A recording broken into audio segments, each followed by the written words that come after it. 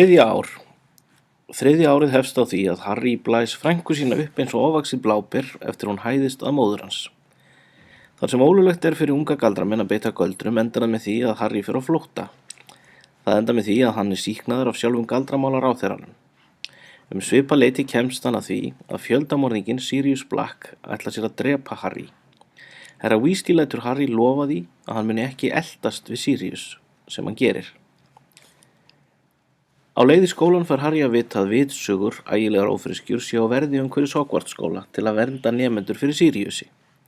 Harry veit að sér stendur ógn af vitsögunum og vill læra að verjast þeim. Þá kennslu fær hann hjá Lupus prófessor sem kennir varnir gegn myrkraöflunum. Hann kennir honum varnagaldurinn sem á að verja Harry fyrir vitsögunum. Að venju ægilega mikið heimanám. Hermione ægilega stressuð enda hefur hún næstum yfirnáttúrulega mikið að gera. Enginn skilur hvernig hún fer að því. Til að bæta gráan í svart reynir gæludýr hennar, köttur, sífellt að éta gæludýr Rons en það rotta. Það veldur mörgum rifrildum. Þegar svo virðist sem kettinum hafi tekist ætlunarverk sitt, talast þau ekki við enda Ron eyðilagður. Siriusi tekst að brjótast inn í skólann en Harry sleppur með skrekkinn. Við lok skólaársins gerast nokkrir hlutir í einu. Í fyrsta lagi rottan hans Rons ekki dáin, hún sprelllifandi og reynist vera galdrakalli í dulbúningi.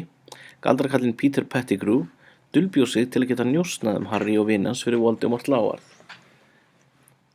Harry uppgötvar ennfremur að Peter Pettigrew sveik foreldra hans í hendur Voldemort á sínum tíma. Harry til mikillar óánægju sleppur Peter út í náttmyrkrið.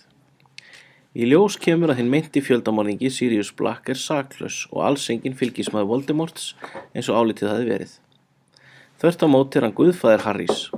Harry frá sér numinn á gleði og heldur að nú mun hann sleppa frá hinum ógurlegu Dursley-hjónum. Það reynist þó rangt enda þarf Sirius að leggja á flótta enda galdramálaráðuneytið á eftir honum. Lupin, uppáhaldskennari Harrys, þarf að segja af sér þegar í ljós kemur að hann varúlfur. Litlu mátti mun hann réðist á börnin í Úlfshafnum. Sirius, búinn að ummynda